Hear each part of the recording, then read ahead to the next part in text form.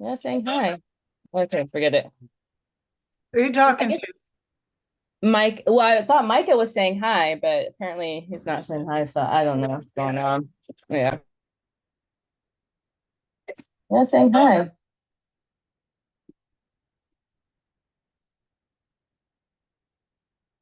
I guess I'm early. 5 minutes early. We dropped off Ariana. Ah, Yes, sad. But you know what? She's very excited. So, and Anaya leaves next week. yeah, Sunday. Just too much. And there's Annie. Hi. Oh, she's probably on her way to college. Yeah, we're driving right now. We just left. Figured. You just left California? Yeah, we just left my house. We're still in California though. But you have until next week also, right? Yeah, it starts Okay. next week. Yeah, Anaya starts on Sunday, so When yeah. are you going to get there? I'll get there Wednesday night, so I can and have the weekend to Tuesday, set up my Wednesday. dorm. Who's going with you? Just my mom. You left Cece behind? Yeah. Yeah. Nobody wants to take that big old trip. I would come, but the plane ticket back is too much. I'm coming back free because I finally got enough miles. So Hold it. So are you renting? How are you going? What are you in? we're driving in Annie's car so she can have her car there. Oh, got it. Okay.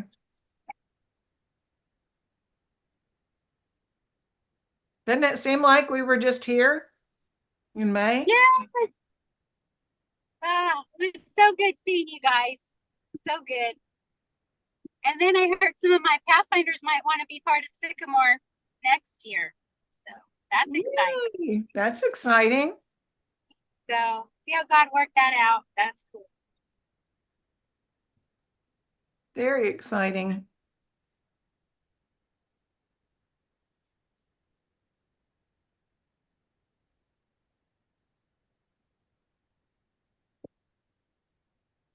It's already, I'm already recording, I think. Is it telling y'all it's recording? Saying it's live stream. Okay, good. Hi, Joya. Hello. Hello, everyone. How are you?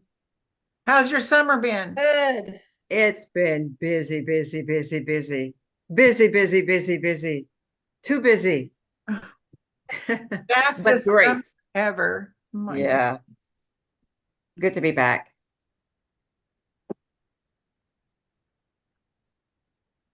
Hey, Angela, is your boy home? Yes. He is How do home. you Enjoy summer camp. He enjoyed it. Here, come here. Hello. You can see me. Hey, Jesus. Tell Hi. us what camp were you at? Camp Blue Ridge in Virginia. And how was it? It was What'd you great. It was a do? really cool experience. We had the family camp, and like I think the second week was the best because I really got into the camp spirit. Made friends with some of the campers. We were out catching snakes and frogs and salamanders and stuff. And You can take my turn. and Too. like one night a bat got into the cafeteria and I was all by myself. And so I had to try to get it out. And yeah, it was really fun. We got to do the rodeo and there was a rocket launch. One of the kids attached a tadpole to one of the rockets for some reason. Uh, um, and what else did we do? The Water Olympics. We had the Water Olympics. That was fun because I got to spray water guns at people. Oh, And yeah, it was just really fun. I'm so I'm glad. so glad. Summer. Good For job. those of you who teach elementary, Jesus was one of our seniors this past year. She graduated.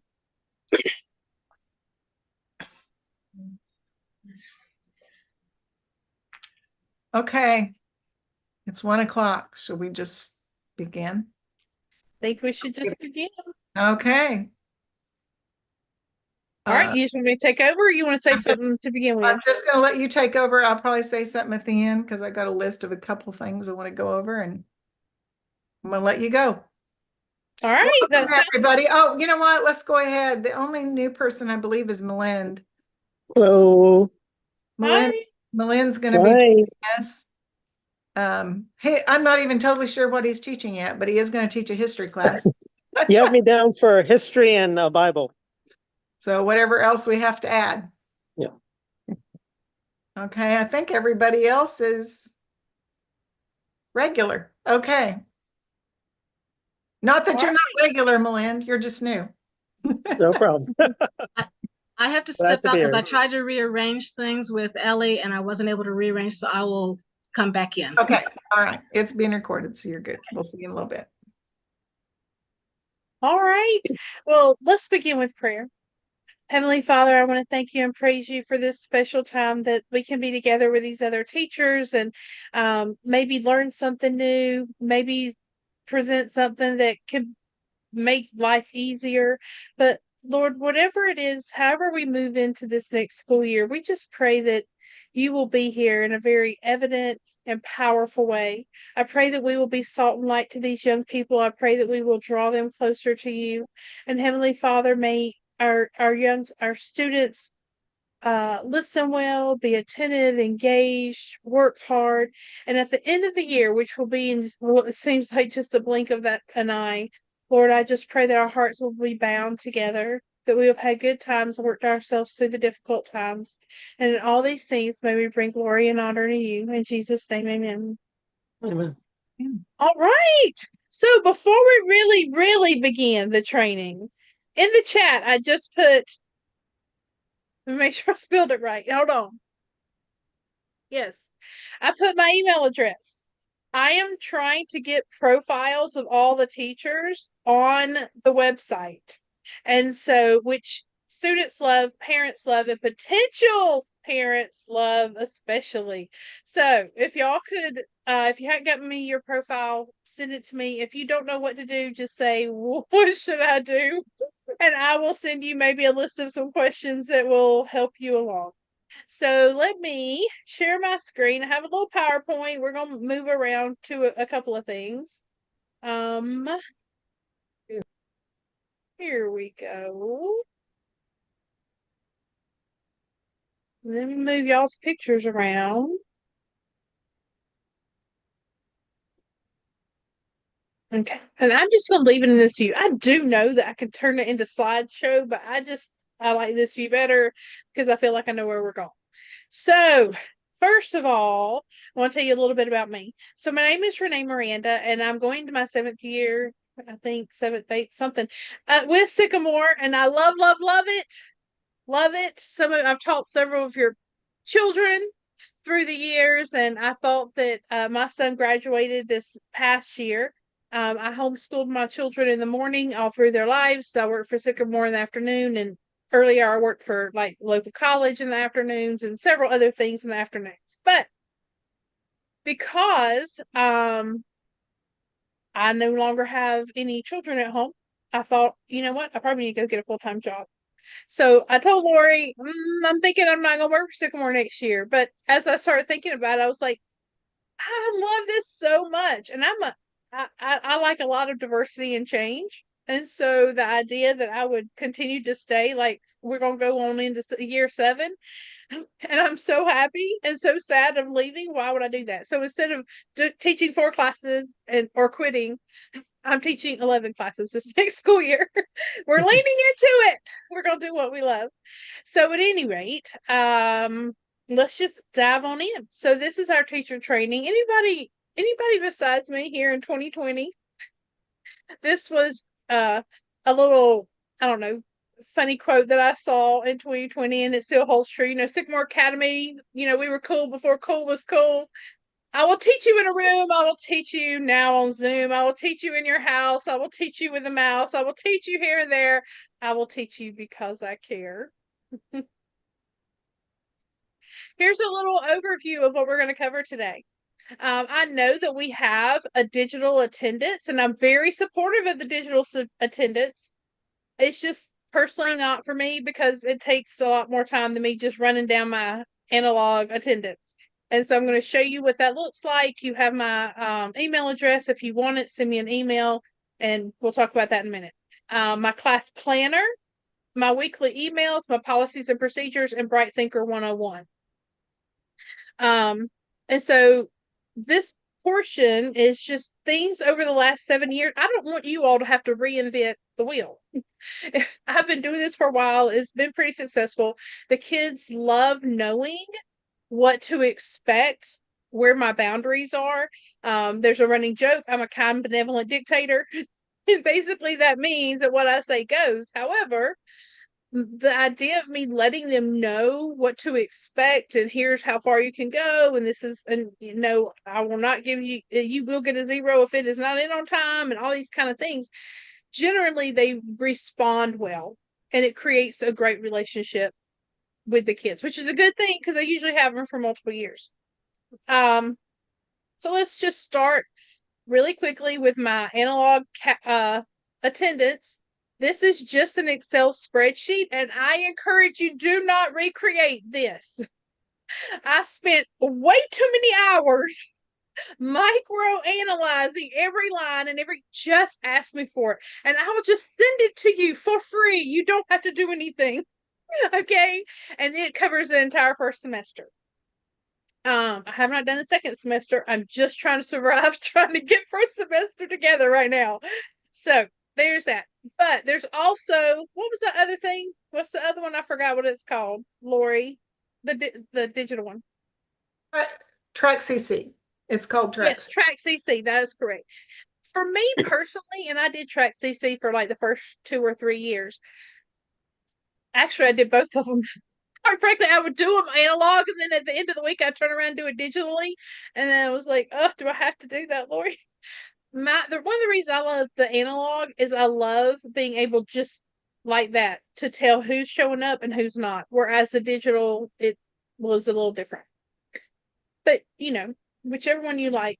And yeah, it does not matter. It is not a requirement. We do need to know attendance. And the attendance is basically for students that are not showing up or failing. So we can go, look, this is fine.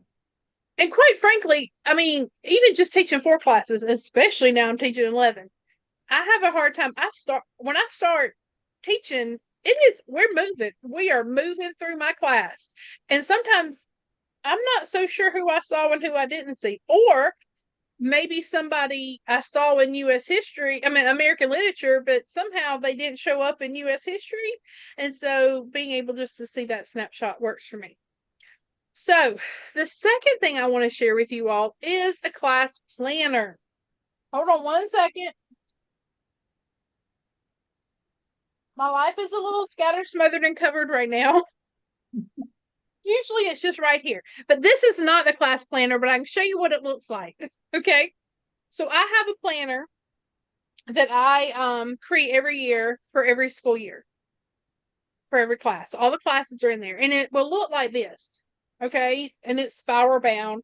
And all the different components would wind up being inside of it. That's the Miranda Financial Planner, which I also do every year. But So basically, wait a minute, are you telling us that you have it spiral bound or you buy a spiral bound? I have it spiral bound. Okay. Everything I'm showing you now has a digital component to it. And all you see right down here where it says Renee at sycamoreacademy.com planner pages. If you want any of these pages that I have already created, and you can just go in and you might not teach world history. So you will change that to whatever you want. You just let me know what you want. And then if it were me, I'd take it and I would go get it spiral bound at any UPS store. It's usually less than $6, but it brings so much peace to have everything together. So let's talk just a little bit about the weekly assignments. What I do is I would just put the date, let's say September 3rd, and then what I'm going to do that day. And what's better than Monday is where we are on Tuesday. Because sometimes I forget where we are. If we're reading a piece of literature and it's a 10-page piece of literature, I don't remember where we left off because we were busy, we were talking, and then I taught all these other classes after that.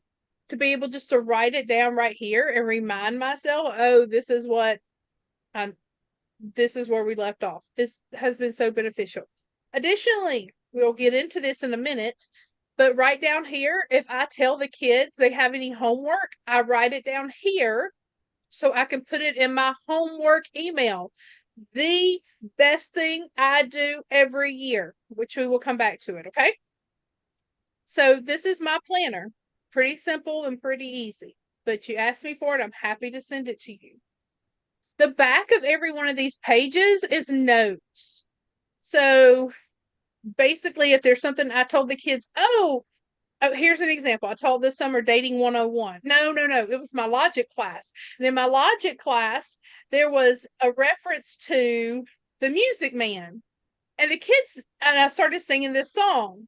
It rhymes with T and it stands that starts with T and it rhymes with P and that stands for pool. That stands for pool. Y'all remember that? Well, there is basically this fallacious thinking, and we were analyzing it. And I started singing the song. I was like, y'all know for the Music Man. They didn't know. They had no idea what I was talking about. So I made a note.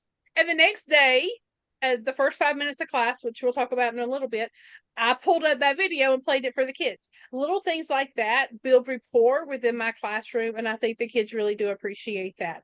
But sometimes the notes are, oh, I got to remember I need to send out such and such. Oh, I need to add that activity, whatever. It's on the back of each page, so I have it. Also in my planner, it's kind of hard to see right here, but these are my redos. One of the things I do in my classes are when I tell my students something's due on a certain day, just October 15th, I say whatever this activity is due before October 15th. They know if it's not in there, I will give them a 0.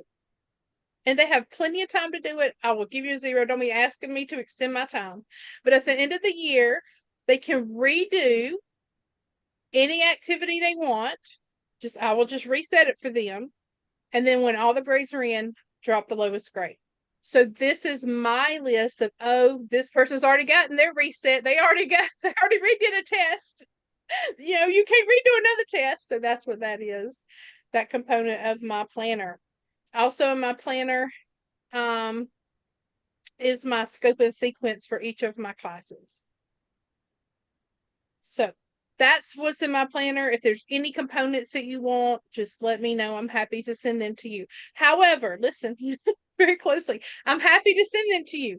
But the rest of this week is incredibly busy, and it probably will be midweek next week before I'm going to be able to get it to you. But I will do it fast as I can.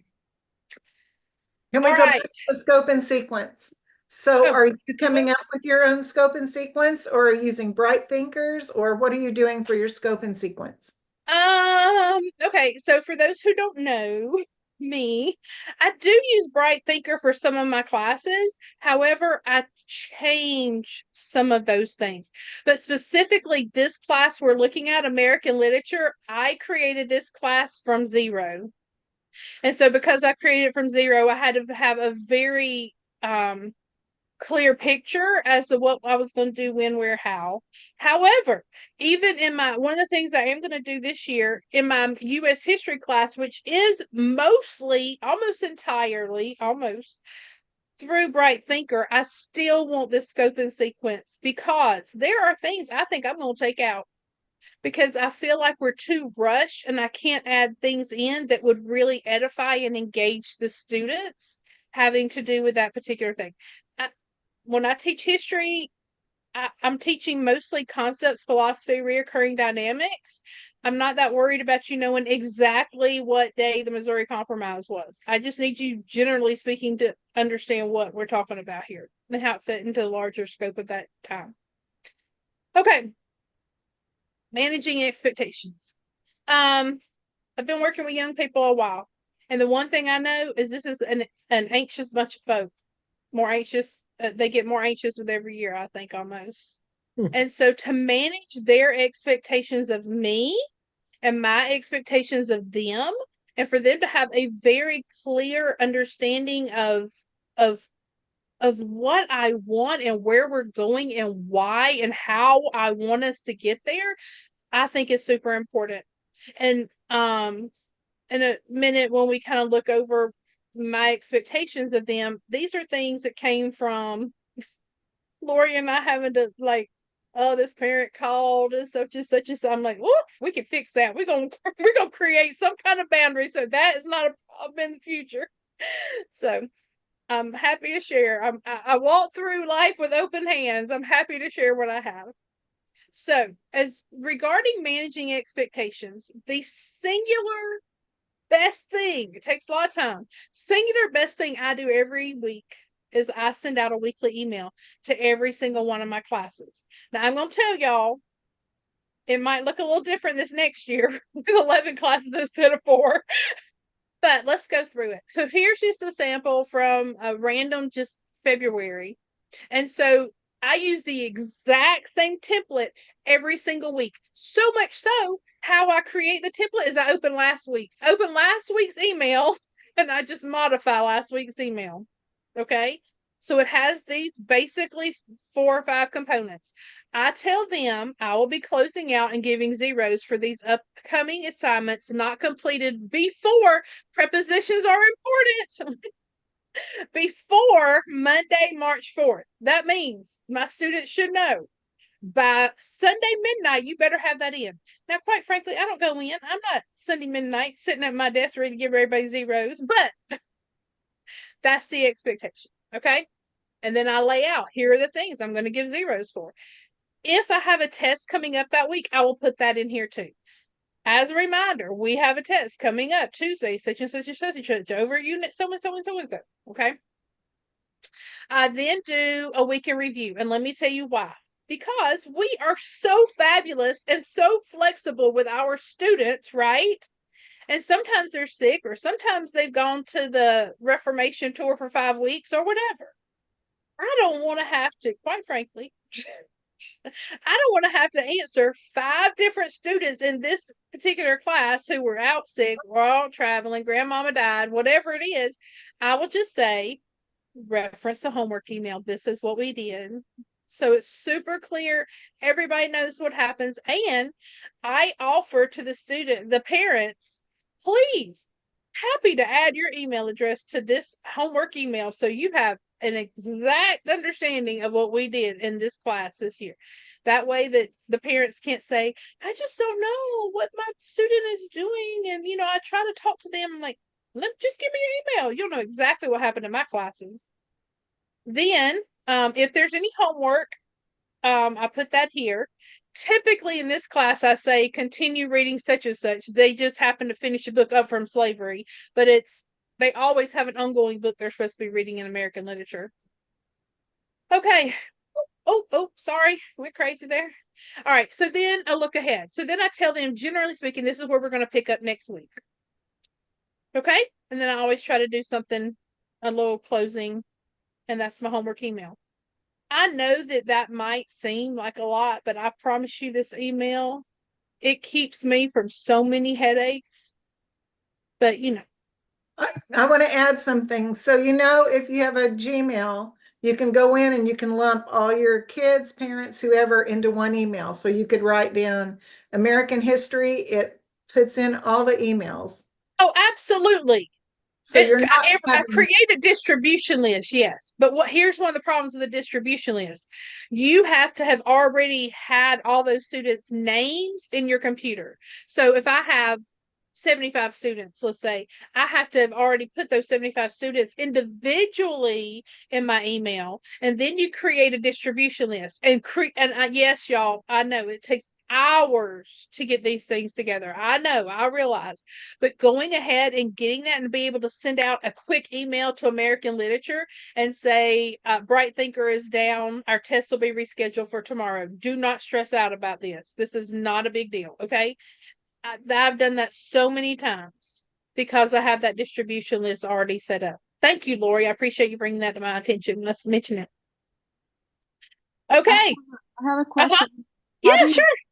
How do you get all the emails? Because sometimes the emails that are sent to us, like 1 or 2 emails are incorrect. So how do you get all the parents to participate and give you the correct email? I do not. I believe, I teach high schoolers. So I tell my students on the first day, If you want this homework email and you want to know what's happening, you have to send me an email from your email address you want in the distribution list. And in the subject line, it says the name of the class. And that is something that I hammer into my kids. I have too many kids, and sometimes I got them for like the Hernandez boys. I think I had them in 3 of my 4 classes last year. I need to know what class you're talking about. So always in the subject line, you need to say American literature, add me to the email distribution list, or US history, add me to the email. So it's not our responsibility. It is the student's responsibility to send me the email if they want to be on that distribution list. And then when I get the email and I add their name to my contact list, I always reply and say thanks. Why? I want to close the loop. I want to close the circle. I want them to know you did what you were supposed to. Thank you. We are done. Okay. Thank you. That was a great question, Connie. Thank you. So Renee, So what do we do with the younger kids, the elementary kids? What do we do with them? I'm so sorry, y'all. This is a phone call I cannot not take. Okay. Okay, so Angela, all of you, we do try to put the emails as much as possible into Bright Thinker so you can get their emails there. If these are kindergarten and first grade, you're basically going to be sending that kind of a letter to the parent, because kindergarten and first grade are learning to read, or, the parents are going to be helping direct them. So the youngers, you wouldn't use this as much, but I mean, even at 4th and 5th grade, you could start using this for sure. Okay. And as a general rule, I think we try to get most of the emails on. The emails change dramatically. We tell them at the beginning, your kid needs their own email. Oh no, I want to protect them.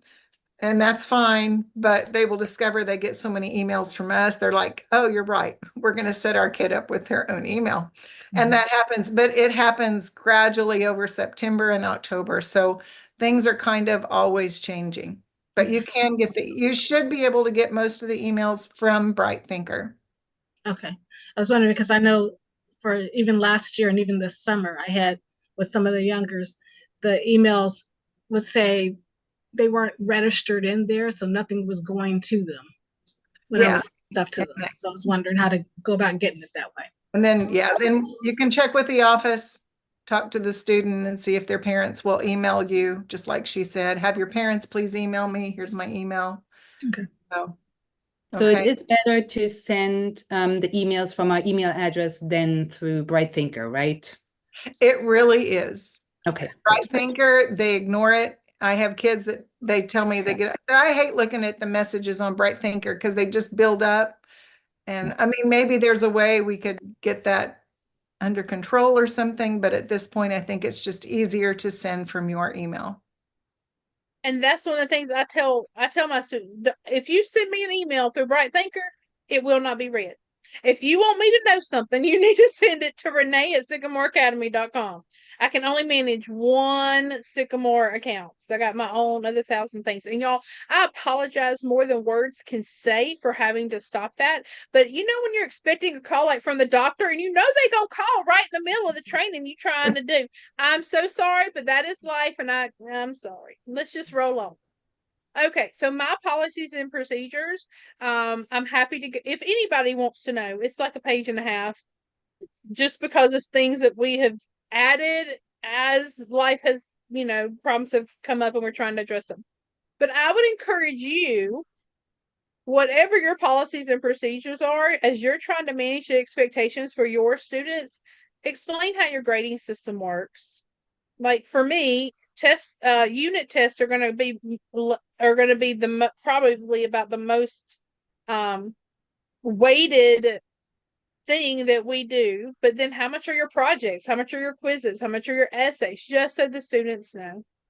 And let them know your expectations about class behavior, attendance, and participation. Like first day, don't be putting any crazy names up there, because we have had Taco Bell. She was very sweet. She was at Gillette. But put your name. As a matter of fact, I don't know why my name is J. Renee, quite frankly. I always have Renee Miranda, but I have to circle back and figure that out. But I always say, could you just please, at the beginning of school, put your first and last name, and then later, if you just want to put your first, that's fine. But cameras on. I tie cameras being on to a participation grade. Of course, I tell them this is how, or you can expect information from me. Not only, yes, it's going to come from Renee at sycamoreacademy.com, but one of the things, remember, these are generally an anxious generation. Especially my new kids, I wake up every night from about 2 to 5. And so I tell them, you will be getting sometimes my older kids, I joke and say, I'm not just rolling in from the club at 2 a.m. I have been in bed since 9 like a good girl. And I'm waking up from 2 to 5. And so just making them laugh just a little bit. My seniors love it for sure. Okay. And then how they can reach you, which we talked about that already. I have a question. Yep, I was just gonna say, any questions or comments? Your policies and procedures, do we ask the parents to sign this and the students to sign it? So it's No. like, no? Nope, 'Cause- and because it is the very first thing they see in Bright Thinker. And this year, I'm going to do like a Renee Miranda, what do you call that? Orientation. If you have one of my classes, please show up and we're gonna go over them then. I usually go over them on the first day of class, but like making them sign it, no, I'm not, because my life's too full. But I love that. If that's the way you roll, then I'm completely supportive of that. Oh, sorry, I'm late, but I was trying to see how we could address like attendance issues. Because when What kind of attendance issues? them not coming to class, and then all of a sudden they're still in that class. So when I was in a brick and mortar school, we would included in our policies and procedures was an attendance thing. And then they say that if they have 3 or more, if they have 3 unexcused absences, they need their parent to go with them to class. Mm-hmm. And then that made my kids really responsible. By the time they had 2 absences, if they were unexcused, I didn't get any message from the parent or anything. I'd let the parent know, your kid has 1 more absence, and then if they do that, then you need to come to class with them. And my kids became very responsible about letting me know if something happened, because last year I experienced this kid didn't come to class for like 2 months. I couldn't contact the parent. It's an elective. I couldn't contact the parent, and all of a sudden the kid comes back and she's still in my class, and I was wondering, oops. So I don't know if you guys wanted to do that. I think I'm gonna do that, especially with attendance, because it's elective. It meets once a week, and it's so hard to catch them. I know that's really frustrating. Typically, what I do is if they've missed for like, they're not there for 3 days or something, I call Lori and say, Lori, so and so, you might need to call a parent. That's typically what I do. But remember, I'm a kind, benevolent dictator. Between you, me, and the fence post, if they choose not to show up, these people half grown. They're almost out. And they gotta go to the job, part-time job. So if you're not gonna show up for my class, you're not gonna know what's happening. You're gonna miss too much. I'm gonna give you a 0. Then your mom's gonna know what's happening. I said, oh yeah. Well, he was gone on this day, this day, this day, this day, this day, this day. But for, again, I would definitely say talk to Lori. And some of them, y'all know, they just sorry and they're not gonna show up. They don't want to be there. They don't want to show up. What are we gonna do? I just don't know. And you can be pretty sure if they're not doing it for you, they're not doing it for the other teacher and the other teacher. Yep. It's not like they all of a sudden go, oh, I'm not going to Mrs. Ellis's, but I'll go to all the rest. They are missing everything. Mm-hmm. So it is something that's a problem with just those few. I have a question, Mr. Nay, about the weekly emails. What day of the week do you send those out? And also, what if they have an assignment due like after that? How do you put that in there? Is it part of the homework? Okay, so one of the things I do, I don't have random homework due just like on a Monday, Tuesday. My homework is always due before Monday, whatever that next Monday is. So if it's a Monday, Tuesday, Wednesday class, say I hadn't quite, I've never taught Thursday classes, so I'm not quite sure, but it will be very close in structure as my Monday, Tuesday, Wednesday classes. So I'm just going to speak from the experience Monday, Tuesday, Wednesday. I always, when those kids woke up on Thursday morning, they had a homework email every week, every week, every week. And if I was going to fly out to Dallas or something and see Lori, I would tell them, I might not have it on Thursday, but you have it on Friday. And they know what to expect. And then they have the whole weekend to get it done. That's what I do. Because again, I don't want to be one more thing they got to be anxious about. And honestly, it's homework. It generally does not need to happen the next day. Not the way my classes are structured.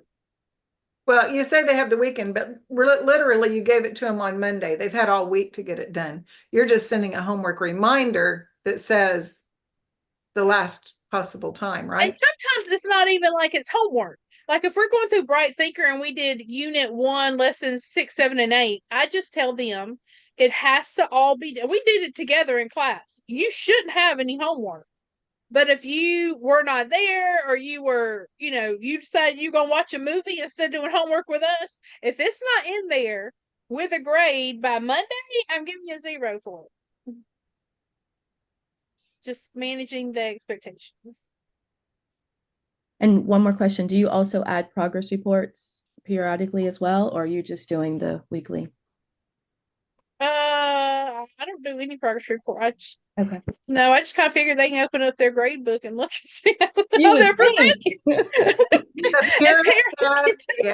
The parents should have a parent portal. They can go on at any time and look, however, they don't.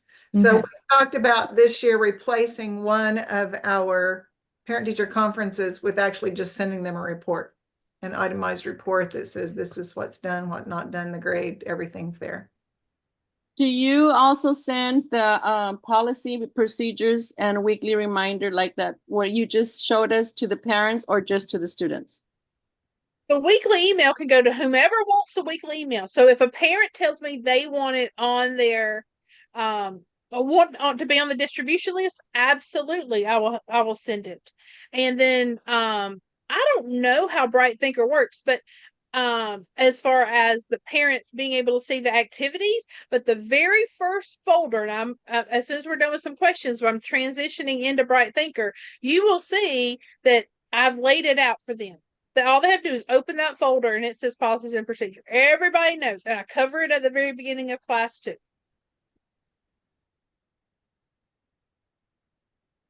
Any other questions about what we've covered so far? I was just wondering how the grades are with the strict zeros. Do you have some kids that just fail your class, or does everybody, like after the first 0, get into step?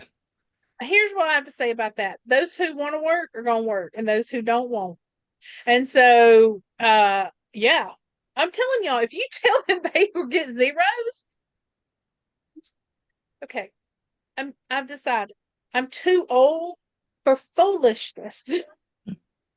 These people are not going to go into a workforce and their managers say, I need you to be here at this time and I need you to have this outfit on. And then, oh no, I'm trying to come alongside the parents to help raise adults. I'm not raising children. I'm trying to help create adults. And part of being an adult is being responsible for your schoolwork. And there needs to be a clear consequence when you're going to choose otherwise. And this is not like, I don't give you plenty. I'm telling them first of all, we did most of it together Monday, Tuesday, Wednesday. And I'm telling you the following Monday, if you ain't got your act together, I'm giving you a 0. Come on now. Yeah. I'm a kind of benevolent dictator, but a dictator all the same. Yeah, it's a little bit different sometimes for me teaching language, where I need them in preparation for the next class to have done something. So what I usually Sure. do is I give them a 0 if they don't turn in on time, but then I give them a redo with a certain lenience time. But I would prefer to not, because it does create extra time, because you have to go in there again and see, go through the grades, through the assignments again and do regrading. Yep. But okay. Remember, Miss Pettibone, you don't want to be crazy on the other side of it. We're trying to keep a teacher crazy down a little bit. I'm all for that. All right, so let's I have a question, Sure. Renee, for you and Lori, Yes. with regard to students who feel that they don't really have to study for a quiz, or they don't really have to do anything like that. They can, if they make a 0, they can automatically, can I retake it? Can I retake it? So what is your policy with regard to students who, and I know that sometimes, you know the ones who tried and maybe they missed this or that, and you can see where they made some errors and they do need to retake, but what is the policy? And I think I've asked Lori about this before, but what is the policy with regard to retake for students who's like, well, I made a 0 and I want to retake. And my mom is, I want to retake. And mom says, I need to retake and I need to retake again because I made a 42 the next Right. time. Well, So clearly not I laid that prepared. out at the very beginning. Every student has one.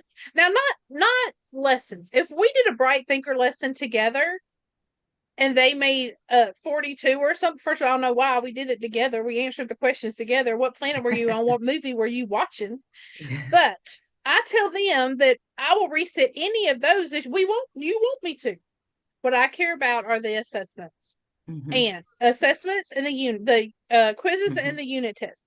And so I tell them at the very beginning, you get one reset per semester of a quiz or a unit test, just one. Because here's the thing, why do you have to suffer the consequences of you spending your time to go back in and reset and go back in and reset and go and then read the email, and then you're in a quandary, should I, they're not working. If it were me, I would just set the boundary, say you get one reset for quiz, but you do whatever you and Lori think is the right thing to do. But that's just how I run it, and it usually works out pretty well. Especially when I say you get one reset, but then at the end of the semester, I will drop your lowest grade, because we all have really bad days that don't reflect our overall, right? And so that's sort of why we would drop the lowest grade. But that's just the way I've structured my classes so far. Who knows with these extra, I don't know, can I math? 7 classes I'm going to be teaching this next year. It might need to morph some, but that's what I've done for the last 7 years with my Monday, Tuesday, Wednesday core classes. Okay, thank you. You're welcome. I have a question, Miss Renee and Miss Lori. This is regarding Khan Academy. Khan Academy, I cannot control, once I assign the assignments to them. So they have the flexibility, but there is a date that you can set. This is the last day. If they don't complete that, they can go and retake it. But I don't know how to put 0, because Khan Academy, they take the grade and then, so it's graded. We haven't been very good about this in the past, but the one year that we did, Mary Bell was recording grades for us. So whenever you pull down the student, you can see how many times they have retaken that assignment, and we would lower the grade. I would say you only get, with math, it's a little different because they only get 4 questions. So I would give them more than that. So then we would say, in order to get that A, you only could do it 2 or 3 times. If you did it 7 or 8 times, so that's something we probably need to talk about a little bit. I don't know anything about the Khan Academy because I don't do any classes through that. All right, let me share my screen. We're going to go into Bright Thinker. Let me see. Quite frankly, I have so many things open. Sometimes I have to close things. Oh, no, I'm able to find it. Okay, here we go. All right, so this is my, I don't know, my homepage. We're going to mostly go through American literature. And we're going to, how do I want to open it? I think we're just going to open it with the editor. And, uh-oh, hold on. So with, you know what, let's go back and we're going to open it with activity. So we see what the students see. So there we go. That'll be great. So when the students open up their American literature class, this is what I have created. Okay. And so in a minute, you see this really cute little icon here. I'm going to teach you how to put any graphic you want into your class. Anyway, but that's later. That's just for my own heart. When I open it up, my heart goes, cute. All right. So then I have the class description. Let me tell you why that class description is there. Do I think that the kids are reading every word? No, but you know who might read every word? A potential parent. And if Lori needs to, has a question, I've got it there for Lori. Because quite frankly, I believe that part of my job is not just the teaching of the kids engaging. I want to support Lori. I want to make her job as easy as possible. I want to make Lori look good. I want to make Sycamore Academy look good. And the idea that I've already thought through this during the summer when things were not just absolutely crazy, that is one of the reasons that I do that, especially for American literature, because we read fiction and we know that there are some people who have a problem with that. And so I wanted to address it. This is the 11th grade class. I need to address it when parents call. Another component. Excuse me, just for a second, Miss Lori. Miss Lori, are you there? Yes, go ahead. Okay, can you check something for me, please? Uh-huh. In your chat. Oh, sorry. I'm sorry. I'm sorry to So may I go ahead? Yes, please. I'm so sorry. Okay. And so then I have, being super clear with the students, here are how your different kinds of assignments are going to be graded. So there's right there. I mean, like we at the very top, there's no question about it. Then any additional class resources, our everyday resource is a digital component narratives that I've put together for them. But in addition to what we cover in class, they are supposed to always be reading a book because they have to write an essay on it, a persuasive essay on each of these. And so I make sure they know at the very beginning, this is what the expectation is.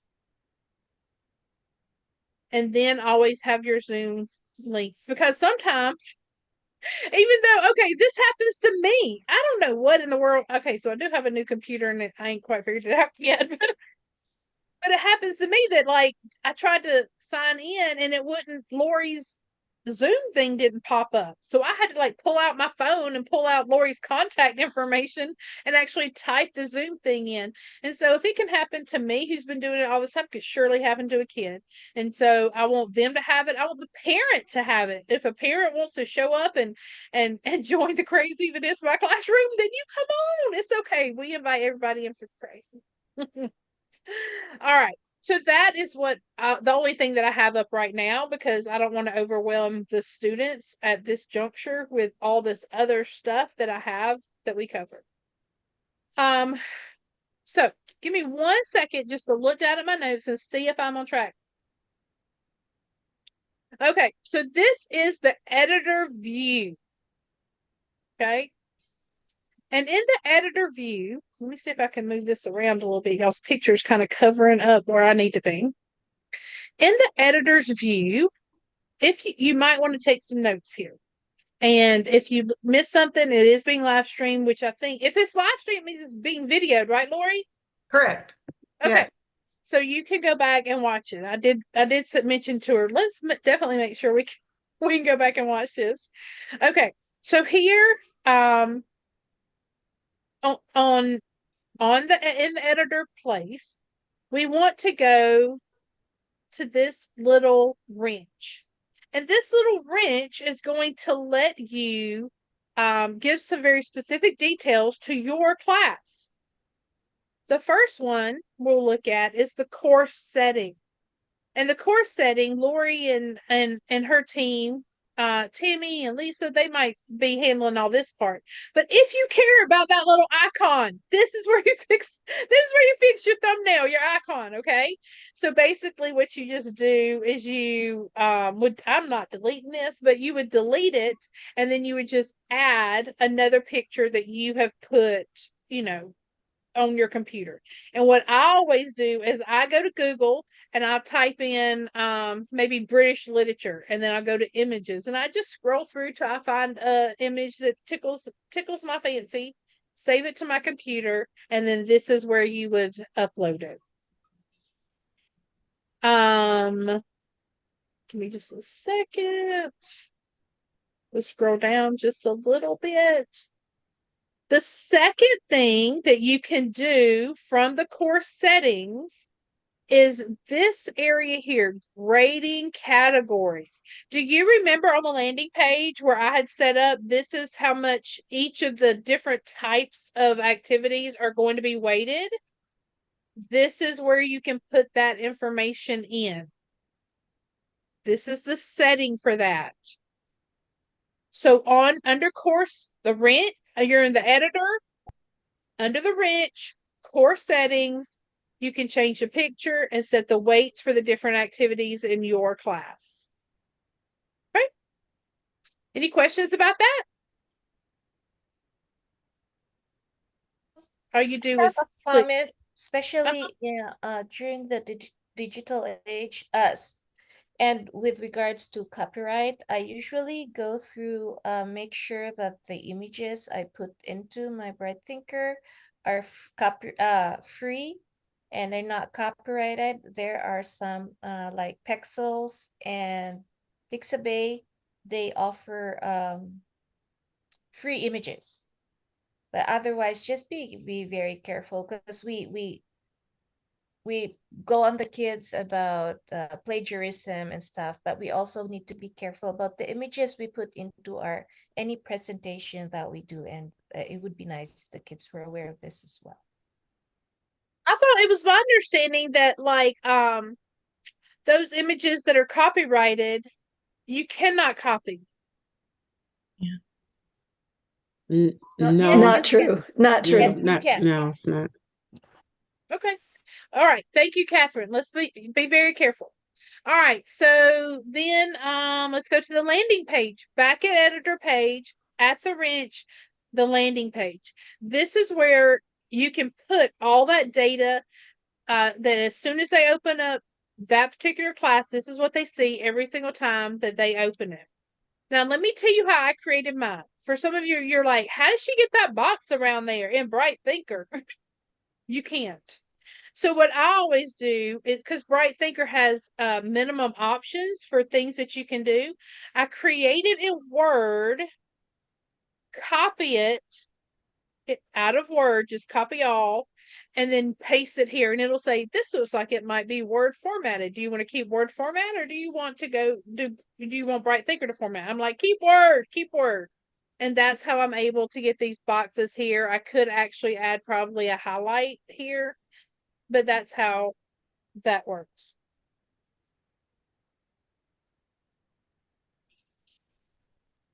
All right.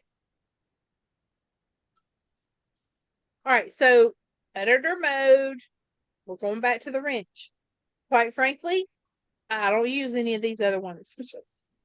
But as far as, did y'all saw I put Bright Thinker 101, like we doing the basics. I don't know what those things do. If you want to know, we might have to go on to 201 next year. But right now, 101, course settings and landing, I think we've used everything we need to. All right, so we're still in editor mode, right? We're here in the hamburger thing. We went to activities. We don't care anything about gradebook right now. I never do anything with people. Editor mode. This is where we do most of our we put most of our things together. So the next thing I want to talk about is do y'all see how I have different folders here? Now some of y'all are like, Renee, I know some of y'all know, but some of y'all are brand new and you might not know. To organize units or areas of study, sometimes, and like in my economics class, we have at the end of the year, the kids have to do a cost of living project where they have to act like they are going to launch themselves in their job with a home and utilities and a car and all that kind of thing. I create a folder, even though we touch base on it all throughout the semester, but most of these are chronologically listed. The first thing we'll do is I'll talk about Lost Tools of Writing resources. They're going to use these resources all year long. So I put it right there at the top. And then the first thing we talk about is worldviews and looking at worldviews regarding looking at literature. We talk about a biblical worldview. We're going to read this non-biblical literature, but we're going to look at it through the lens of Christ. Then we talk about editing, and then I'll start into my narrative, my chronological. But how did I create those folders? Everything you're going to create as an activity will start right here. Add an activity. And although it's really not an activity, what you would do is you would add a folder. And then you just title it.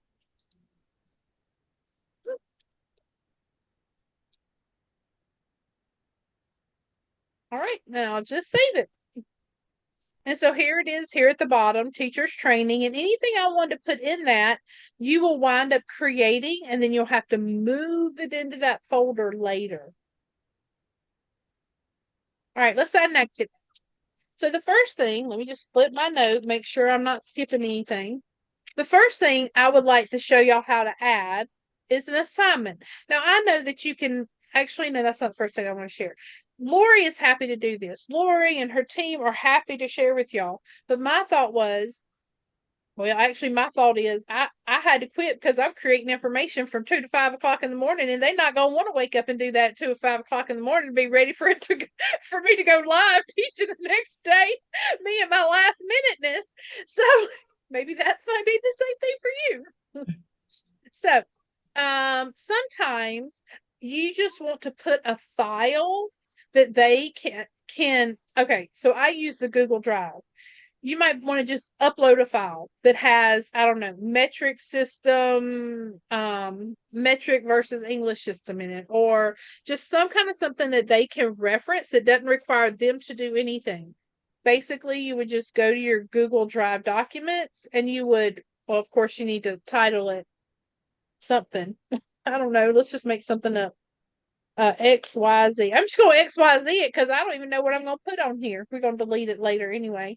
And then you just open up your Google folder and you put whatever it is that in my dating 101, part of what I taught them was part of dating 101 is you need to be the best you can be. So we went through the New Start program. And so they don't have to do anything with that New Start program, but here they can open it up. We're going to preview it. Oh, actually, they did have to do something. But the main point was, here's how you create SMART goals for yourself.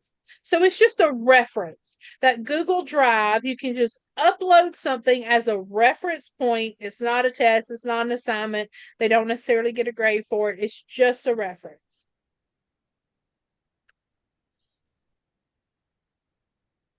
The next thing I wanted to show y'all, after just opening some kind of Google Drive document, which file attachment is sort of the same thing, but I use the Google Drive. It seems Bright Thinker works really well and parallels well with Google Drive. So that's how I tell my students to upload, put all your stuff in, even me.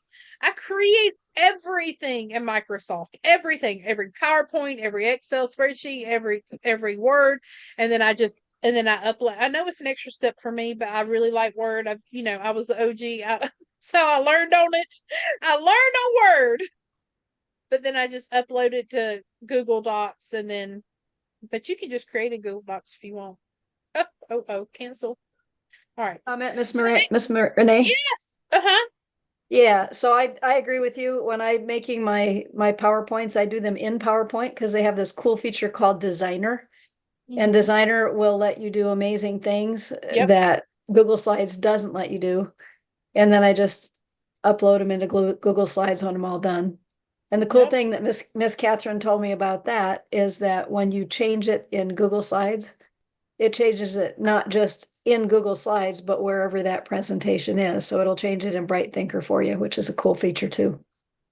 But only if you change it in Google Docs. And yes, that is a very Yes. cool feature, especially when I like later on catch, oh, I misspelled some word or something. I can just change it in Google Docs and it'll fix it on Bright Thinker.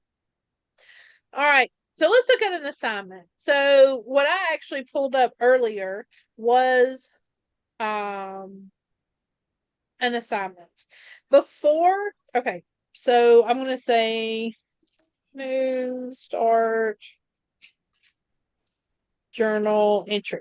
So what I always do before I even move off of any of this is I go to settings.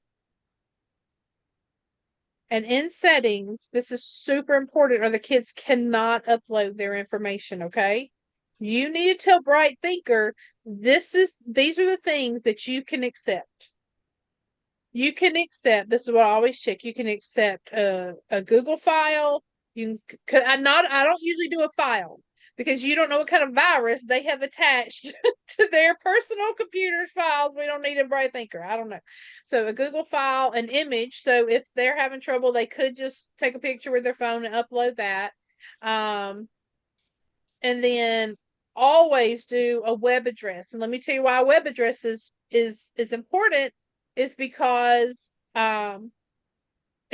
that is how Google Docs attaches it, is with a web address, not necessarily. I don't know. That's what I don't click it. The kids say they can't upload their Google Doc. So that's just what I've been told. And is there anything else that I usually do here on this page? Let me look. I don't think so. I think that's the only thing that I do here. You might want to do allow comments as well. That also allows them to put a web address in there and you don't have to do Google web file. You also want to do allow multiple attachments. Yeah, both of Everything. those. Yeah. Oh, yes. Multiple attachments. Yep. And the comments, and if they can also type in there, hey, I wasn't able to type this in. Is it okay? And then you can get that information straight to Bright Thinker. And they don't have to go through email. Tell me what that is, Asha. Get The out of allow that. comments Get out of above that. there. If you scroll down, go up to the top Out of again. it. Yeah, go to this. There you go. Now, Right allow- there, Allow comments. It gives them a comment box so they can put web addresses in there. You don't have to go down and add it separately, but they can also just give you information. Like I have some that I'll say, oh, do you want to retry? And they'll write in no retry. I'm like, okay, 0 for you, those kind of things. So I don't have to go back and check it again. But the comments are very, very helpful. Okay. Yeah. Thank you. Also over here, if you were saying earlier, it is not graded, that way it doesn't clutter your grade book. Because if you say it's not graded but don't flag it as not graded, look, the activity is gradable, if you unclick that, it won't clutter your grade book. Otherwise, if you say to the kids it's not graded but you don't unclick this activity is gradable, it will show up in your grade book. I don't understand that. Can somebody explain that a little more? I don't Okay. understand either. If you put this activity is gradable, that activity is going to show up in the grade book. And it will need to put a grade in, or I mean, you don't have to. If you uncheck this activity is gradable, it appears in their assignments, but it's not on the grade book. Oh no, if I'm creating something, it's gonna be graded. Yeah, but that's what she's saying. But for those who don't want that, then okay, got it. So if you're just putting in something for them to read and you don't have an assignment on it yet, you could put this you could uncheck it. And that way they can still pull it up, they can read it, and they may need it for a future assignment, but it's not going to get a grade in the grade book. Yeah, or if you were saying like Miss Miranda, you said that you knock off their lowest grade. You could click on that one and say that it's not gradable for that person's assignment too. Oh, okay. I It'll usually just just go take in it the out of the grade grade. book and excuse that one. Okay, well, It's that's we're doing it all another at one. the same time. We're moving as fast as we can move. I ain't opening up any extra pages. Okay. Okay, so we're creating this assignment. So this was a journal entry, and then what I would do is I would just Google Doc, choose a Google file, And y'all saw what I did. I just went in to my Google Docs, new start. And now let's preview it. Oh, we'll save and continue. And so here I give the instructions for what my expectations are. I give them the link where we had watched the videos. So it's just a place that you can upload it, but then it is an activity. And so they will get a grade for it. That is understanding. Yeah. Give me 1 second. I'm going to look for something. Thought I must be thinking of something else. Okay. So now let's do one more thing. We're drawing to a close. And this is not like the pastor saying one more thing and he's Can going you to go talk 20 more ahead? minutes. I would like for you to go ahead and raise those up into teachers training so they can see how easy it is to put them in a folder there. Yeah. That Yep. was up. There it is. And then I can close it up so I don't have to look at all that other stuff that's in that unit. It's all closed up.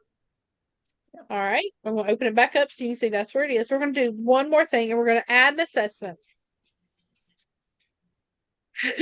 Y'all, this is so important. Belinda's precious one, Annie, was in a class one time when I didn't do this. Y'all listen, really listen. And not only I want you to listen, I'm gonna read it because when I was not in front of people and maybe a little bit nervous, I made sure I was gonna tell y'all the right thing. The first thing we're gonna do is no, you don't get no unlimited amounts of time to take this test. You get one chance. Okay. So that I always change that. That's just me. You do whatever is in your heart about doing that.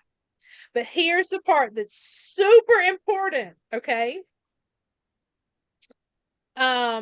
Always, always, always make sure. Hold on, let me read my thing. I don't like the questions to be randomized, okay? I want everybody's number 13 to be everybody's number 13. Because if a student says in the middle of a test, Miss Renee, number 13 has two of the same answers, what should we do? I want everybody's number 13 to be the same. That's just me. So I uncheck randomized question order. But always, always, always, always, always randomize the response orders. Because in more than one time, I've created the test. And when I create the test, the answer is always the first answer choice. And so then people just took a 40 question unit test in American literature, and the first answer was the right one every time. But y'all, really, I just laughed it off because life happens. But I do I go very slow and think really hard every time I take a test. Randomize the response orders. Okay. All right. And be sure that when you're doing all of this, that you hit save before you leave it. Yes, always absolutely. hit save, because if you don't, everything is lost. And then before we leave with the settings, I say, what kind of test is this? This is a unit test. Is this, Lost Tools essay? In this particular class, the only kind of test we have are the unit tests. And so, I'm not quite done with this page, so I'm not going to click save yet. So then I go to the questions. We really are almost done. And so Bright Thinker changed this. Have you noticed, Lori? That's the first time. Bright Thinker has changed this. They changed it at the end of the year. And I don't really care for it, but that's okay. So when you click add a question, they used to just add the question and then give you the choice, but they won't even add it until you make a forced choice of what kind of question are you going to answer. Remember, this is Bright Thinker 101. I'm not going to go into like really complex. We're just going to do the very easiest of the easiest. And the first thing is we're going to create a multiple choice question. All right. And so now you can change it. You can go in and change it later. But the question we're going to do is, who rode Huck Finn? I would probably do the whole thing, Huckleberry Finn and all that, but it's just us. So what you do is add a choice. And so I always add 4, except in logic where I had 5 always, because one is always, there's no fallacy. But the first answer is always going to be the right one. I'm always going to put that one in first. Mark Twain. And then personally, I always add kind of a funny one, or one that's like, were you even listening? So we're going to put Tom Sawyer. And then we're going to put maybe someone else that we studied in that same unit, really close maybe, or something. We're just going to do George Washington Carver, which I'm pretty sure that was Peanut Guy. And then someone else we did study, Zora Neale Hurston. All right, so once I have my choices in there, you just put, then you just go on and add another question, and it just saves it. And the next one we're going to do is a multiple answer. Y'all want to just do it back and make sure I did it right? See, it is indeed still there. All right, number 2. This one is, multiple answer. All right. Let's see what I'd already figured out.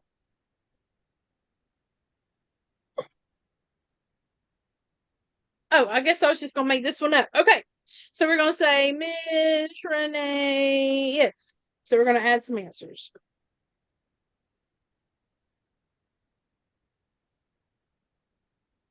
All right. A kind and benevolent dictator. Oh. I am enough spelled it right. We're just going to move forward because I'm going too fast. A teacher. A plumber. A traveler. A mathlete. Okay. And so whatever the correct answers are, you will go ahead and check all of them. Okay. I'm not a plumber and I'm not a mathlete. But all the others are pretty much true. And so when I'm ready to do the next question, you just click that and you decide which one you're going to do. But those are really the only 2, the Bright Thinker 101. Those are the main 2 that I put in as tests. I've used essay, and I've also used matching, because you can just put in words and definitions and they can match them pretty easily. So that's the 4 that I've used. I will show you. So I have never done the fill in the blank, which I probably need to change one of my assessments and Fill do in that. the blank does not work well. Okay, it's not just me. I was like, Renee, you're just not smart enough. Okay, so this is what I do for fill in the blank. Okay, y'all ready? Because we just gonna rig it. That's what we're doing. We're rigging. Hold on. It's time. Multiple choice. Okay, so Miss Renee is, and I control underline, and we just space it out. Control underline. We do this, period, and then we just add our choices. That's what I do.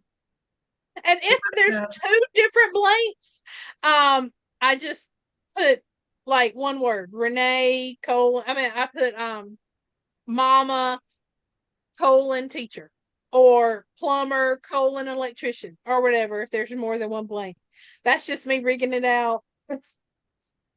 Trying to make it.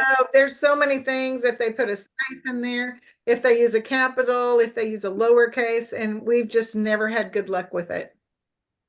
And that's the one test that I need to redo, is because of that right there. I told myself I'm not making them come up. I'm just going to put it forced choice, because it's nothing but a headache for me. Because I have to go in and check, and it's like it's always right. And God bless their little hearts. They all thought that they failed the test because, and I'm all about keeping the anxiety as low as we possibly can. Yep. All right. Are there any questions? I'm happy to answer them. Quick question we for are you, now at Renee. the end of my training. Oh, and we're going to save. Renee, quick question for you. Oh, Sorry. Go ahead. go ahead. Yeah, so if you want to, let's say, take out a question or possibly change a question, how would you go ahead and do that? It is so user friendly. I'll be happy to show you that. Okay. So, oh, I didn't even title, never titled the, never titled the test. Okay. To take out a question, we're going to take out this one right here. You just click that right there. Boop, it's gone. Okay. And then if you want to change it, you just open it back up and you just click over there. Miss Renee is a very, and then you just move on to the next question, or you just save it and move out and it'll save it. Gotcha. So the one that you take out, then the numerical order, it'll just go to the next question. Like if that's number 10, it'll just take it out and put the next one as number 10 and And move you forward, can right? even change the order. Like if I want this one to be first, you just click it and drag it up and it'll reorder the whole thing for you. Okay. And you can save everything at the end. So once you put the question in, it saves, and then you move on to the next one, create that, and you can save everything at the end. Okay. I would encourage you to save it more than just at the end, because I've lost many things that I've spent hours on, and then because I waited till the end, something happened. Okay. Electricity pops off, but yeah, I mean, I wouldn't do it after every single one, but Right. Okay. yeah. Yeah, because it is a pain to get back in. Yeah. I mean, it's several steps to get back in. But yeah, she's right. I'd save it multiple times. Yes, Precious. Okay, yes. So you touched on about the importance of, having your camera on, and then you talked about anxiety as well. Have you noticed, or has anyone noticed that there is a fear for some of our students, like in being on camera? I don't know if that's anxiety or what. I don't know. It's just my class. And sometimes they're really slick, at least in their minds, and they'll just have it up where you can just barely, see the eyes. I just wonder, is there a thing, something I'm missing? There is. There is. Yeah, it's an actual thing. What's it called? For some students, especially in the teen years and preteens, to see themselves makes them very anxious. However, if they're going to work in the workforce with a computer and have Zoom meetings with their colleagues, or if they were in a real classroom, it wouldn't be like this, you got to be there. However, I totally agree with what Bonnie is saying. However, if the child, this is not just what Bonnie's talking about, is just average kid, right? Average kid being anxious and not like it. But that's different if they have a psychological diagnosis. If they have a psychological diagnosis, their parent needs to send us the IEP, the ISP, the psychological something. So if their parent, because these children are under the authority of their children, and these children are under the authority of their parent, and so if they have some kind of diagnosis and they let me know, that's totally different. And that's no one else in the class's business if somebody sits like that. But here's the thing. If you gonna keep sitting like it, you just asking me to say something to you about it. Like, why can we only see your eyes? Did you break your nose? Will you please put your camera down? Please. This goes against your participation grade, whatever it is. But that's the way I break it. Yeah. I just know it's something because there's too many that I had that at different classes that I'm like, this is really something. This is really something. But I agree, like with you, Bonnie, too, and the consensus in that I don't want to coddle them too much. Like you do have to present. That's part of this type of schooling. That's one of the requirements, not many, as far as how you present. And you're not present, so we're not looking at you head to toe, in the physical sense. And I think that's small, but I do recognize that there's that tied to anxiety or something with and the middle ones they were so refreshing because they're not worried about that yet. The middle school is like, oh, isn't this nice? But then the older ones, I noticed they have that little thing. So anyway, thank you. I don't know if when you graduated from college, but when I graduated from college, they told us, when you start teaching, you go in the first day and put the fear in them that day. I will tell you, don't let them buy with it on the first day. Because if you let it by with it on the first day, it's going to be a fight all year long. So make the fight at the beginning. Turn your cameras on. This isn't an option. And then if there's any individual cases, we can talk about that. But yeah. The other version of that is shadow people. So yeah, the camera's on, but you really can't see because they keep the room so dark that you can't see them. Miss Lori, do you want me to do that thing with the Zoom etiquette thing or no? Yeah, Renee, have you finished? I'm officially finished. And is she going to do the Zoom etiquette thing now or orientation on? She was going to do a teacher thing. Okay. So, if I am going to need to leave because I have this other thing I need to tend to, but if there's any are there any more questions for me? Oh, I have a comment. Just while you're making your test, make sure the eyeball is closed so your student doesn't see everything you're working on. Oh, yeah. Yeah, because I messed up one time and my daughter was saying, Mommy, I see this. And so, yeah, just make sure the eyeball is closed. Let me And go also, and show you. Hold on one second, Catherine. You can add the next comment, but before we leave that comment, let me make sure that people who are brand new know what we're talking about. What she's talking about is this right here. Right now, this is visible. The students could see my test. However, let's remember that if my students open this test, then they see what's in the test and they gotta take it. They get one attempt. But she is correct. What she's saying is if you are not quite ready for them to see it like this right here, this is the eyeball she's talking about. Just click it and they can no longer see that. Okay? It's hidden from their view. This is the eyeball she's talking about. All right, and what was the other thing you were going to say, Catherine? and also when you're utilizing essay, and then you have an answer, a kind of general answer that you have in mind that you're kind of expecting from them, you can write that kind of expected answer trend or something onto the answer place for essay. Yeah. So you talking about putting an essay in there. Mm-hmm. Yeah. Yeah. All right. Any other questions that would maybe need me looped in, or any questions I can answer for you all? Well, okay. Yeah, you can go ahead. Okay. One thing that you're going to want to do at the beginning of the year, my suggestion is keep all of the eyes closed and release the eyes as you're assigning them. Because if you have all 5 units open, they're going to look through all 5 units and they're going to try a little bit of this and a little bit of that. Whereas if you just open unit 1, lesson 1 and 2, that's all they can look at. They need to get it done, and then you open it as they do it, and it keeps them on track. And I know Lorraine is great at doing that. You just keep unit open, and then if they finish that unit, you can close the eye on the unit.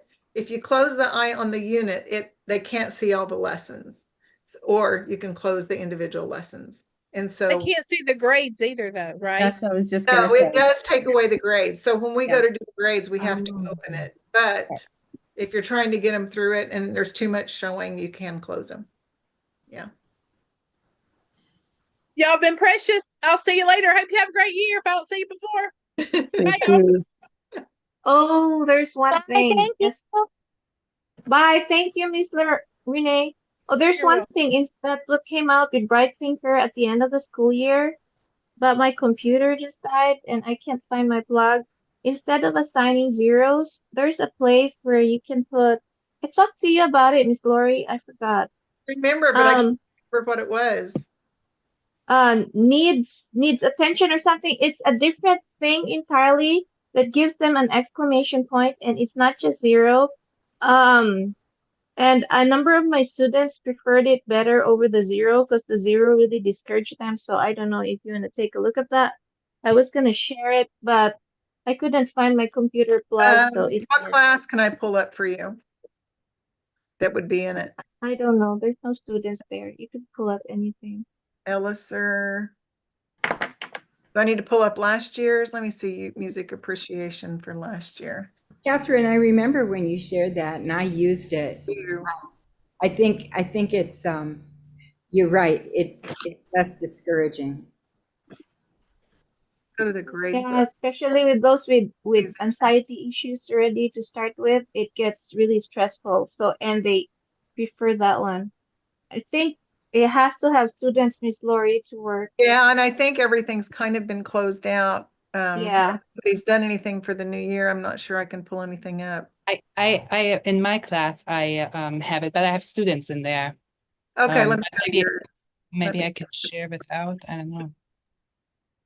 Pettibone. Yeah, the summer class.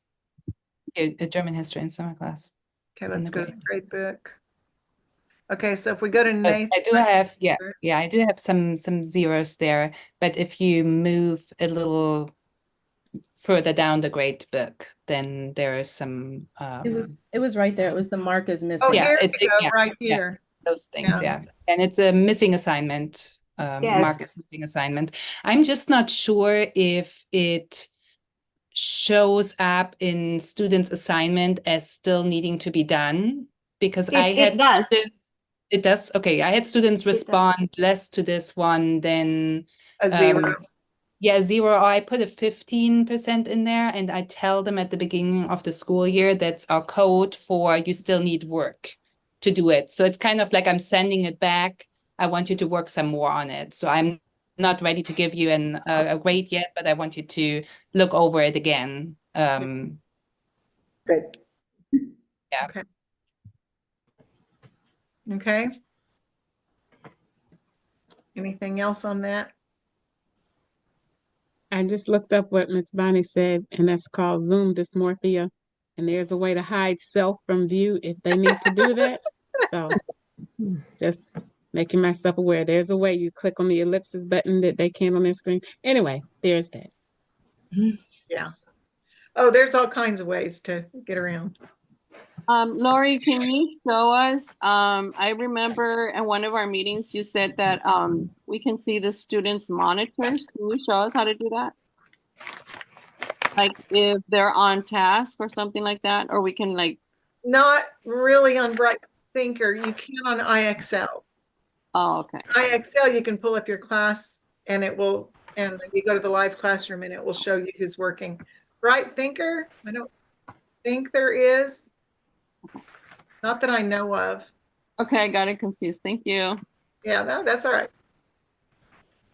And before we go, and Bonnie's getting ready.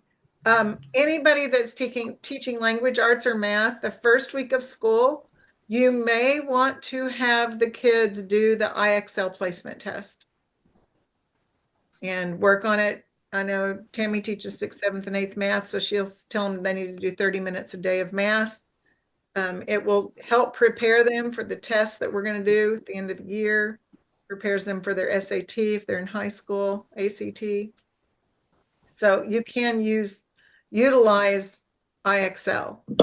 And for those of you that are teaching math, you can also utilize IXL math. So you can actually give assignments. You can go to the 4th grade and give 4th grade math assignments. So. And that's IXL for language arts, you said? And there is IXL for language arts also. And it goes kindergarten through above 12th grade.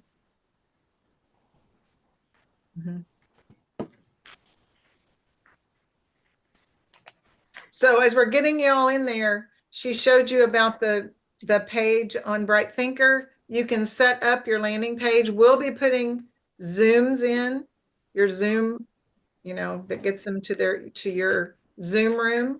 But if you want to put anything in there, if you want to put your email or anything that you want to put in there, any, housekeeping things, what you expect them to come to class with, you can get those set up as you get added to the classes.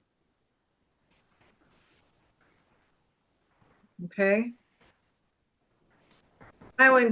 There is a way and it's a free app. You can actually do a video and it will come up with a PowerPoint. Does anybody know what that is? It's actually a very cool feature. And so if you want to teach from a video to a PowerPoint, is Bonnie here?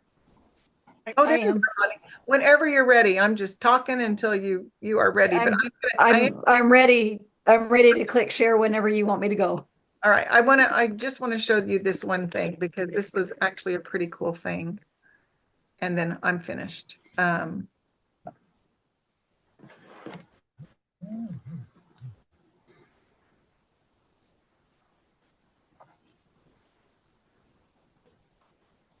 No, maybe I can't show you.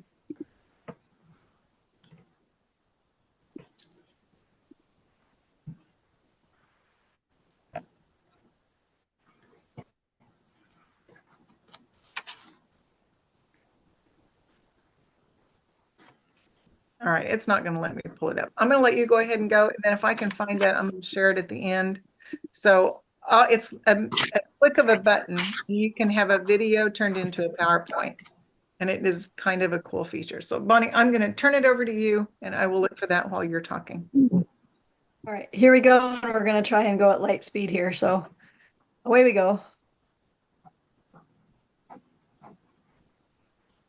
So I'll be doing Zoom etiquette with the children, but there are some things that teachers should probably know about Zoom, and I think most of you probably do. One thing is that even for a teacher, you need a quiet space. If you are new at Zooming and using cameras and using computers, these two people are the same person, but you wouldn't know that because the one that's well lit is lit from the front. The other one is well lit, but lit from the back, and it makes a shadow person. I taught for VIP Kid for 2.5 years, and they taught us all these cool things. If the lighting is from the top, it lights your face well. If it's lit from the bottom, it's like when you in a dark room and you put the flashlight under your face and you look like something out of a horror movie. So lighting is important.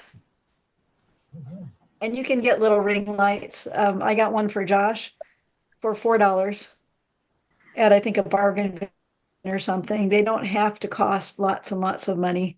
Ring lights are good things. If you're right beside a window, that's the best. Natural light is the very best. I happen to have the best of both worlds. I have a light in the ceiling and I have a window to the side. And so if you have that kind of setup, you're going to be well lit. All right, this is for children. So I'm just make sure that your camera is slightly above you and you can see the difference. If you are way down here, or if you are like this poor lady over here, it detracts from class.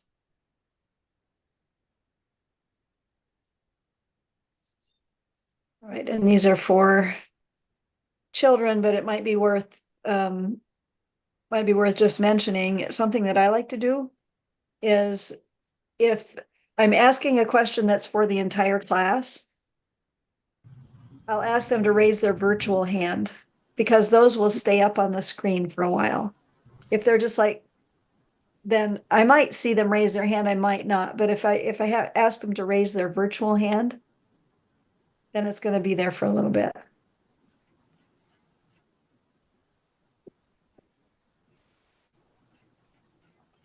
If you have somebody that's not muted, you can mute them from your computer.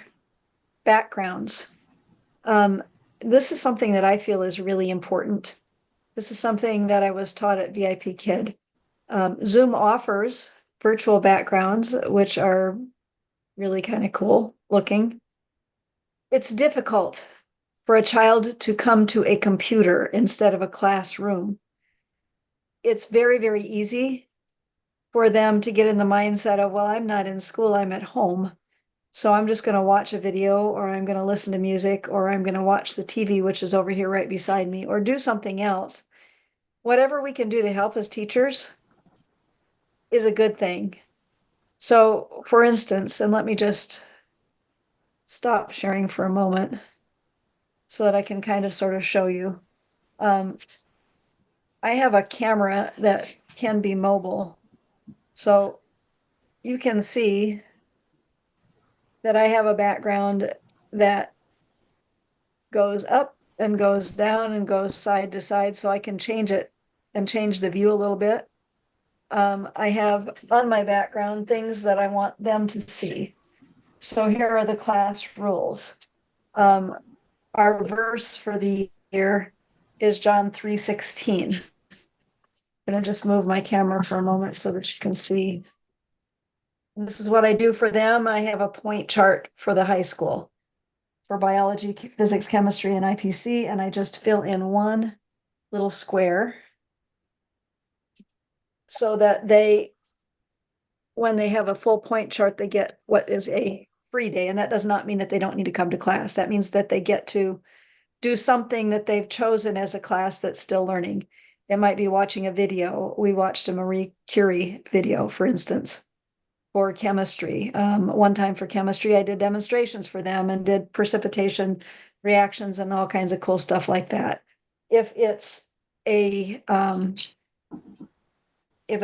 junior high class, then I fill up a gem jar and I give them gems for good behavior. So in other words, whatever it happens to be from the class rules, for getting A's on tests, for giving an over and above response, for whatever.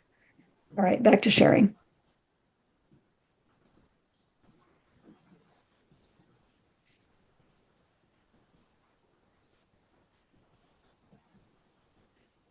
All right. And one last one on Bright Thinker. This is something that Miss Catherine taught me, and I really appreciated that, because when students are looking at their grade and they've got this little green check mark beside their assignment, they think, oh, it's in. Maybe and maybe not.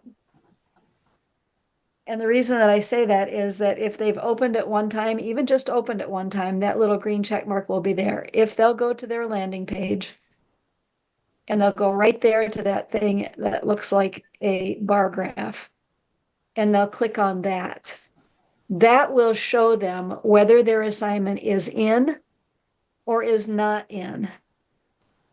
And if you have given them a comment, there'll be a comment box. They can click on that comment box and see what they have to do to fix their assignment, or if they've missed the mark entirely, or maybe they've put the wrong assignment in the wrong portal or something.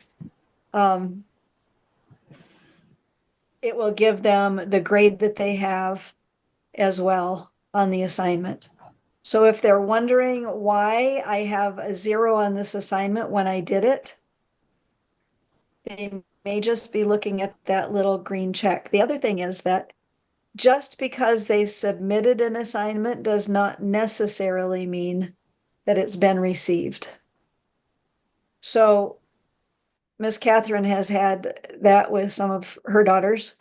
They've submitted an assignment, but maybe their internet was bad, or maybe the teacher's internet was bad, or maybe they were both bad. And if that's the case, it may not land. It might get lost someplace in cyberspace. We're dealing with technology. So if they're wondering if their assignment is in or not, that little graph icon is the way to go. And that will tell them not only if it's in, what grade they got, and if there are comments that they need to do something different to fix it.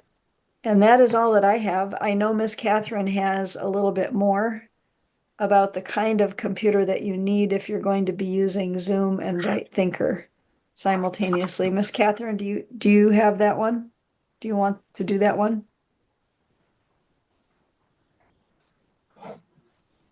Yeah, I'm not sure if she's here. Okay. Okay. I have her presentation as well if anybody wants to see, but I think that she said last time 16 gigabytes is needed to run Zoom and Bright Thinker well. Yeah, it is, definitely. All right, I'm going to show you this one last thing. Y'all, AI is here to stay.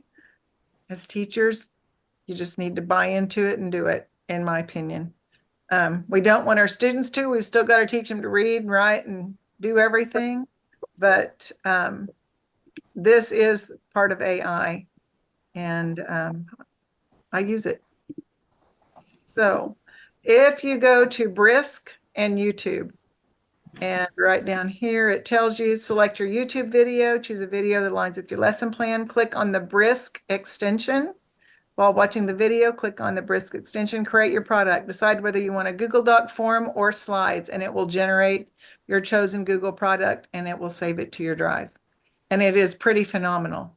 You can make quizzes and tests from it.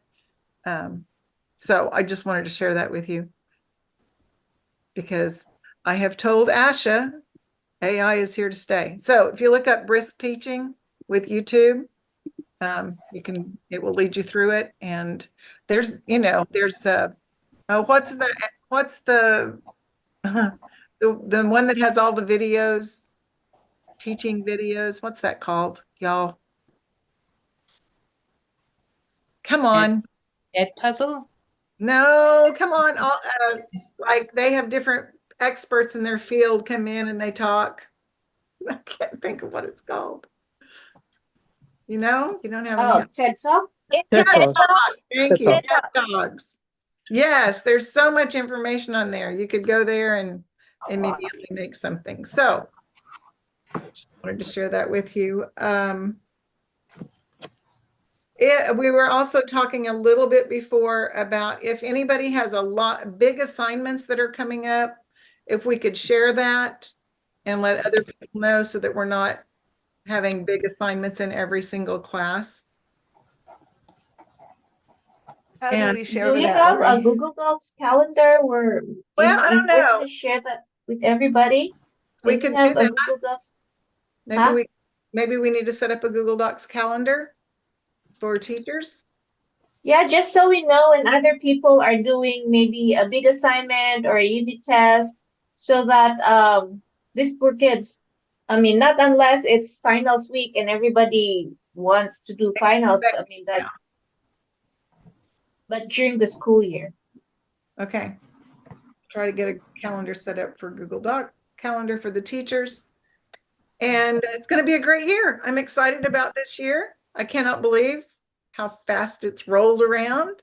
Next Tuesday will be elementary and middle school orientation, and Wednesday will be the high school orientation. I have a question, Miss Lori. Go ahead. For math, if for students to share their screen, they should have a computer that they can share their screen where I can annotate. I had a lot of problem with students last year where they had their iPad and I can't annotate it. It was very hard for me to come out, like it takes like double the amount time. Yeah, Google Chrome is the worst. So we've told all the new students, we've told them to please don't get a Google Chrome and that they do need to use a computer.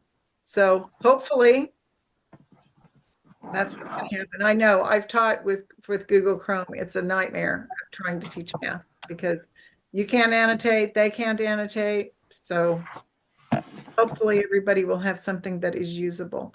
Anything else? Anybody else? There's a workaround on the iPad for other people to be able to annotate, but I could walk you through that. Okay. Do you want to walk it through us now, or if we have somebody that has it? Oh yeah, when we have somebody who has it.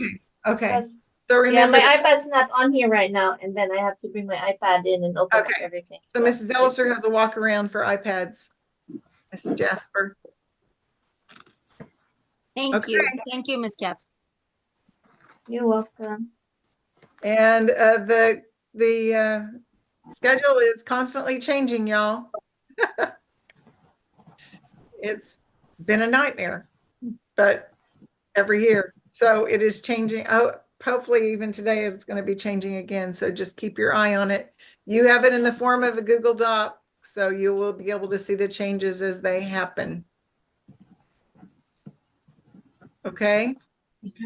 And Miss Cynthia. Yes, ma'am. Oh, and Precious, I need to talk to you.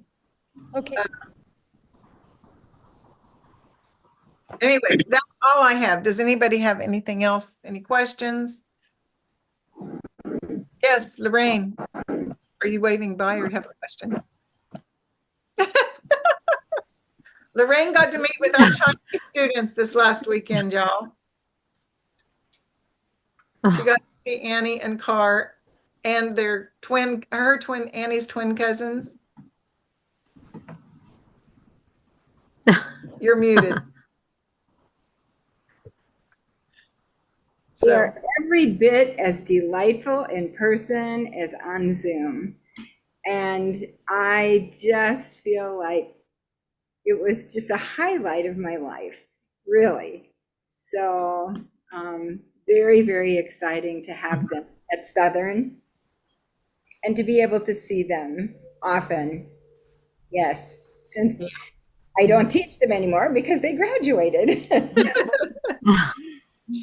Pretty sweet. Belinda. Her hand's up, but I don't know. I think she was asking about the calendar, but I'm not sure what grade level. I can just copy Oh, and paste sorry. it. I couldn't unmute myself. Did you email the schedule out already? Did I miss something? I sent it today. Did you, whenever I sent this, it was on the so bottom. maybe I just didn't, maybe I just, okay, I'll check. Yeah, I teach think so. fifth grade Otherwise, social studies. That's it. let me So know. that's Yeah. all I- Because you're graduating your last baby. I am. Yeah. Oh, okay. Okay, I'll get through this year. Everybody rest up. Kiddo, but anyways. Everybody She wants rest to go up to for a Tennessee week and a half. Thank you. All right. Thank you, Belinda. Okay. That's all I have except for Precious and Cynthia. Unless somebody else wants to stay by.